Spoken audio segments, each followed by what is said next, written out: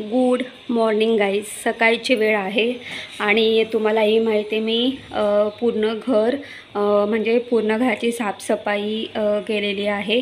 तर मला ना पूर्ण घर एका दिवसात साफ करायला नाही जमणार, म्हणून मी काय करायची की एक दिवस किचन, एक दिवस हॉल, एक दिवस बेडरूम असं मी पूर्ण घर स्वच्छ आणि साफ केलेलं आहे.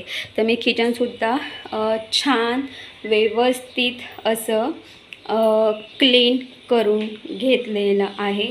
आणि तुम्ही इकडे या साईडला बघू शकता, मी कांदेसुद्धा भरलेले आहेत. पावसाळ्याचे कांदे भरलेले आहेत. हे कांदे 10 किलो आहेत.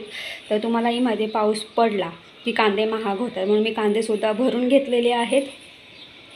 दुसरी गोष्ट म्हणजे अशी की तुम्ही बघू शकतात की मी किचनसुद्धा छान व्यवस्थित क्लीन करून घेतलेलं आहे. आणि तुम्हाला अजून एक गोष्ट सांगेल की आपण घरामध्ये जेवढी साफसफाई ठेवतो तेवढीच आपल्या घरामध्ये लक्ष्मी नांदते.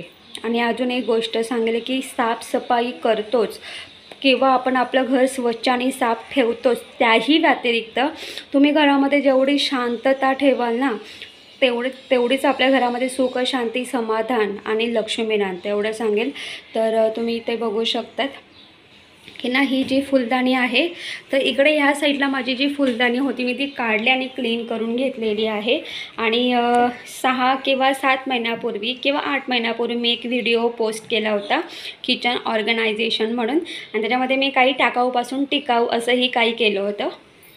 तर ही जी बॉटल आहे, तुम्हाला माहिती आहे नूडल्स किंवा चायनीज करण्यासाठी आपण जे सॉस वापरतो, तर ही त्या सॉसचीच बॉटल आहे. चिली सॉस, विनेगर वगैरे ना, तर ही त्याचीच बॉटल आहे. तर मी ती छान त्याचं रॅपर काढून ती क्लीन करून घेतलेली आहे आणि टाकाऊपासून टिकाऊ त्याचा असा वापर केलेला आहे.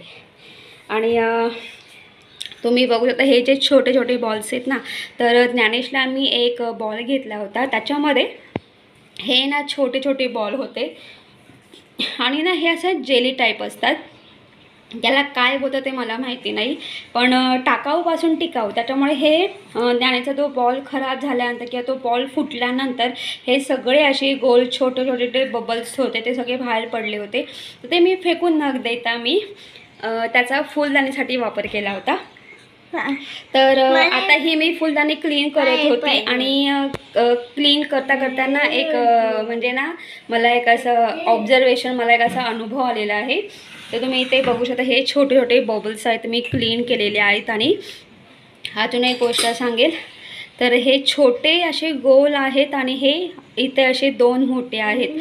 तर हे जे 2 मोठे आहेत ना गोल छोटे छोटे बॉल्स, तर ना हे आणि हे 2 बॉल्स ना पाण्यामध्ये होते, थोडे हलक्या अशा पाण्यामध्ये होते, तेव्हा ना ते थोडे हलके मोठे झालेत. तर म्हणून मी आज एक्सपेरिमेंट करणार आहे. तर यामध्ये मी थोडंसं पाणी ॲड करणार आहे. बघू हे बबल्स असे एवढे मोठे होतात की नाही ते मला बघायचं आहे. टाक ज्ञानेश पाणी. Very good. तर बघा ह्याच्यामध्ये ज्ञानेशने पाणी टाकलेलं आहे. तर मी हे जे छोटे छोटे बॉल्स ना असेच पाण्यामध्ये भिजत ठेवणार आहे 1-1.5 तास. त्याच्यानंतर हे जे बॉल्स आहेत ना छान मस्त असे मोठे आणि थोडे ट्रान्सपरंट होते. आणि मग त्यानंतर मग हे जे बॉल्स आहेत ते मी या फुलदाणीमध्ये किंवा ट्रान्सफर करून घेईन.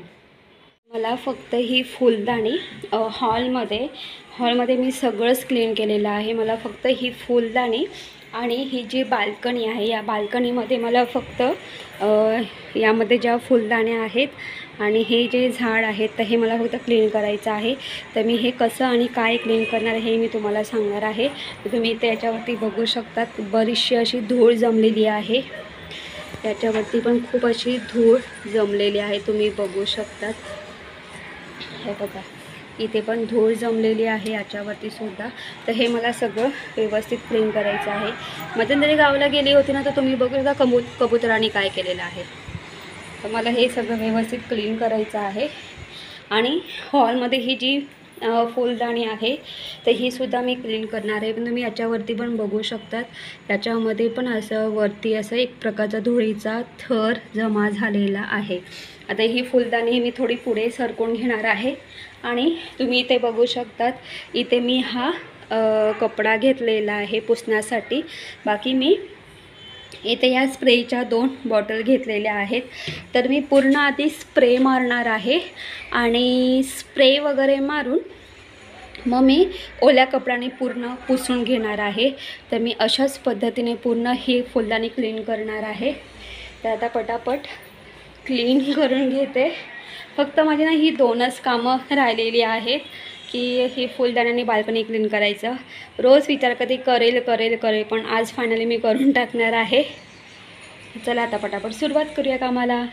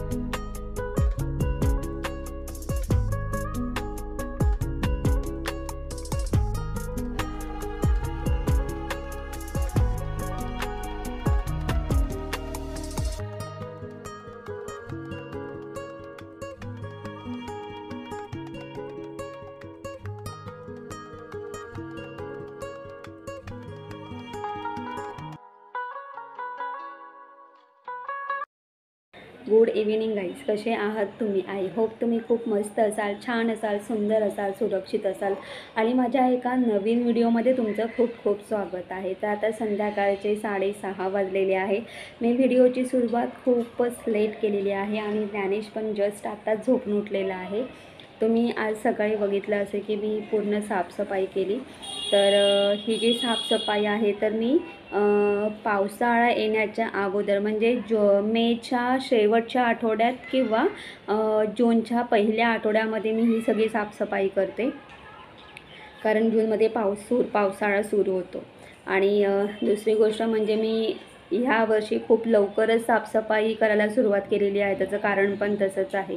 तर मी आज सकाळी अर्ली मॉर्निंग सकाळी 6 वाजता उठून मी ओटा, शेगडी आणि वरच्या ज्या ज्या स्टाईल आहेत त्या सगळ्या घासून व्यवस्थित घासून पुसून क्लीन करून घेतलेल्या आहेत. आणि मग मी ही हॉलमधली फुलदाणी आणि बाल्कनी स्वच्छ क्लीन केली. तर आज जाऊन माझी कुठं पूर्णपणे साफसफाई पूर्णपणे कंप्लीट झालेली आहे. आणि मी खूप लवकर साफसफाई केली, कारण ना मला मेच्या 25 तारखेला पुन्हा गावाला जायचं आहे. कारण ना पप्पांचं रेशन कार्डचं जे काम आहे ते मला करून द्यायचं आहे. आणि ते मला बोललेसुद्धा की मला करून देशील का? ते माझ्या जोडीला म्हणजे पप्पा माझ्या जोडीला असणारच आहेत, पण कसं ना मीसुद्धा माझ्या रेशन कार्डचं काम केलेलं आहे. तर कसं ना मला अनुभव आहे की बाबा म्हणजे फॉर्म म्हणजे कसं आणि काय काय केलं जातं किंवा काय प्रोसेस वगैरे असते ती. तर ते मला बोलले की तू म्हणजे तू माझ्या जोडीलाच चल आणि मला ते करून दे. तर तेच तर मी त्यासाठी मी 2 आठवडे गावाला जाणार आहे. 2 आठवड्यांमध्ये मी पप्पांचं ते काम पूर्ण कंप्लीट करून देणार आहे. अर्धा काम झालेलं आहे, अर्धा काम बाकी आहे. तर मी ते 2 आठवड्यांमध्ये ते काम त्यांचं काम जे आहे ते पूर्ण कंप्लीट करून देईल. आणि नंतर मग जेव्हा त्यांचं रेशन कार्ड मिळेल तेव्हा ते जातील आणि आणतील, म्हणजे जाऊन आणतील ते त्या ऑफिसमध्ये जाऊन. सो या सगळ्या गोष्टी आहेत. तर आणि त्याच्यानंतर जूनच्या मी 9 तारखेला घरी येणार आहे. 10 तारखेला 10 जूनला मला ज्ञानच्या शाळेत जायचं आहे. त्याच्या स्कूलची फी भरायला. त्यानंतर 11 तारखेला ज्ञानचे बुक्स भेटणार आहेत. 12 तारखेपासून ज्ञानची शाळा सुरू होणार आहे. म्हणजे पुढचा जो आठवडा म्हणजे पुढचा महिना एवढा हे आहे ना की म्हणजे ठरलेलं आहे की बाबा ह्या दिवशी हे त्या दिवशी ते, हे सगळं ठरलेलं आहे. म्हणून मी खूप लवकरच साफसफाई करायला सुरुवात केलेली आहे.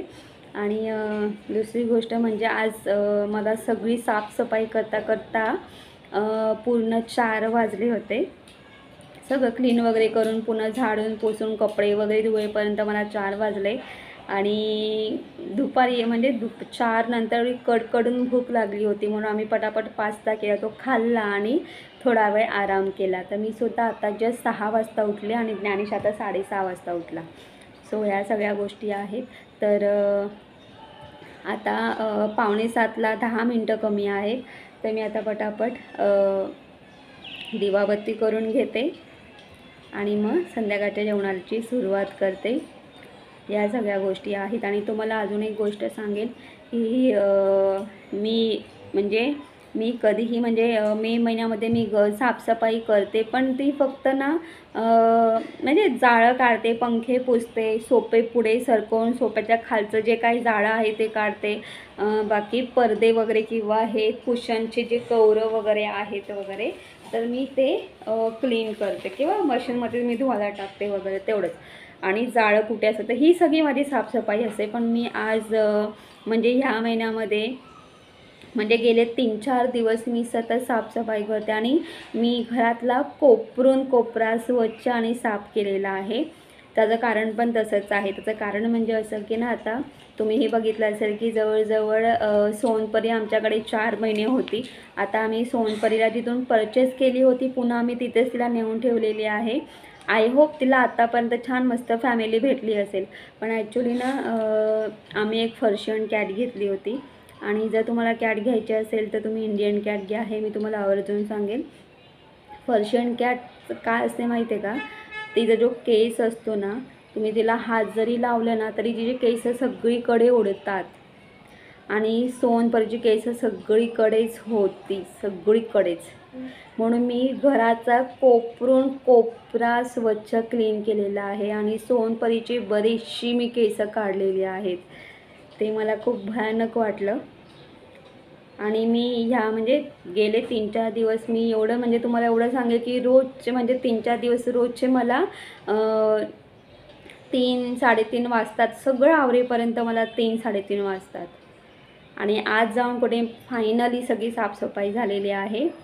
आणि कसं ना, आपण आपल्या म्हणजे आपण आधी स्वतःची काळजी घेतो आणि मी त्याच्या आधी मी ज्ञानेची काळजी घेते की म्हणून मी सगळं घर स्वच्छाने साफ केलेलं आहे. तर चला आता पटापट दिवाबत्ती करून घेऊया. तर हे जे हार आहेत तर हे मी हार काल रात्री स्वच्छ धुवून वगैरे सुकून घेतलेले आहेत.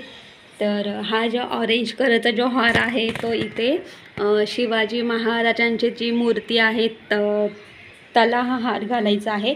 आणि हे जे बाकीचे हार आहेत ते आता इथे पटापट मी म्हणजे छान मस्त सगळ्यांना हार घालते.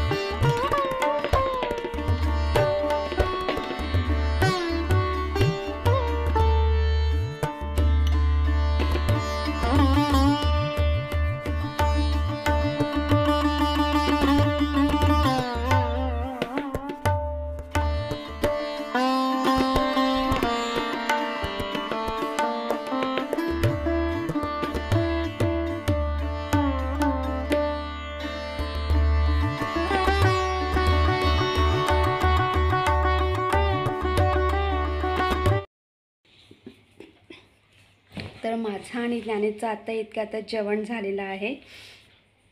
तर तुम्ही बघू शकतात की मी ॲब्रो केलेले आहेत. तर दिवाबत्ती झाल्यानंतर मी खाली पार्लरमध्ये गेली होती आणि ॲब्रो करून घेतला, कारण जवळजवळ 1 महिना होईल मी ॲब्रोच नव्हत्या केल्या. म्हणजे ॲब्रो खूप वाढल्या होत्या आणि आपला ॲब्रो वाढल्यानंतर ना तो चेहरा थोडा वेगळाच दिसतो. तुम्ही आता माझा चेहरा बघू शकतात. म्हणजे व्यवस्थित वाटतं आता पूर्ण ना इथे असं असं पूर्ण दाट असा थर होता की म्हणजे ॲब्रोचा. सो या सगळ्या गोष्टी आहेत आणि मी आज सिंपल अशा पद्धतीने बिर्याणी केली होती. आणि बिर्याणीसाठी तसं मी म्हणजे थोडं आधीच प्रिपेअर केलं होतं सगळं. जसं की स्टीम राईस करून घेतला होता, त्यानंतर कांदा टोमॅटोची ग्रेव्ही करून घेतली होती आणि सोयाबीन आणि वाटाणे हे मी आधी बॉईल करून घेतले होते. त्यानंतर मी होते कांदा टोमॅटोच्या ग्रेव्हीमध्ये सोयाबीन, फ्रोझन वाटाणे आणि बटाटा हे ॲड करून फक्त हलकी 5 मिनटं वाफ देऊन त्यावरती मी अगदी झटपट अशा पद्धतीने मी ते स्टीम राईस ॲड करून तशी मी अगदी झटपट अशा पद्धतीने बिर्याणी केली होती. आणि मला आणि ज्ञानेशला बिर्याणी खायची होती, म्हणून ठरवलं की चला आपण अशा झटपट अशा पद्धतीने बिर्याणी करूया. आणि तुम्ही कुठलीही समजा ग्रेव्ही केली, तुम्हालाही माहिती आहे भाजी करताना आपण आधी कांदा टोमॅटोची ग्रेव्ही तयार करतो, तर तुम्ही तेही सिंपल जर समजा ग्रेव्ही तयार केली आणि त्याच्यामध्ये तुम्ही फ्रोझन वाटाणे टाकले, वरतून स्टीम राईस, त्यानंतर छान मस्त तळलेला कांदा, तळलेले काजू बदाम जर टाकले आणि वरतून कोथिंबीर, तर तीही सिंपल पद्धतीने बिर्याणी होऊ शकते. व्हेज बिर्याणी मी सेम तशीच केली होती, खूप सुंदर टेस्टी झाली होती. आणि त्याच्यामध्ये मी मॅगी क्यूब ॲड केली होती, त्यामुळे ती खूप टेस्टीच लागली होती. सो ह्या सगळ्या गोष्टी आहेत. आणि मी तुम्हाला सांगू का, मी जेव्हाही स्वतःला आरशात बघायचे ना, तेव्हा माझ्या अशा ना ॲब्रो अशा वाढलेल्या असायच्या ना वगैरे, तर मला खरं कंटाळा यायचा बाहेर जाऊन पार्लरमध्ये ॲब्रो करायचा वगैरे. पण स्वतःला जेव्हा आरशात बघायचे तेव्हा असं वाटायचं अरे किती ॲब्रो वाढल्यात, ॲब्रो करायला पाहिजेत वगैरे. तर फायनली म्हणजे पूजा दिवाबत्ती झाल्यानंतर पटकन गेली आणि पार्लरमध्ये पटकन ॲब्रो करून आली. मला पण यायचं होतं, मला काय घेऊन गेली? तर गाईज, तुम्हाला माझा व्हिडिओ कसा वाटला ते कमेंट्स करून सांगा. जर तुम्हाला माझा व्हिडिओ आवडला असेल तर माझ्या व्हिडिओ लाईक शेअर करा आणि माझ्या चॅनलवरती नवीन असाल तर माझं चॅनल सबस्क्राईब करायला अजिबात विसरू नका. तोपर्यंत बाय बाय, टेक केअर, तुम्ही तुमची काळजी घ्या. Bye bye, good night.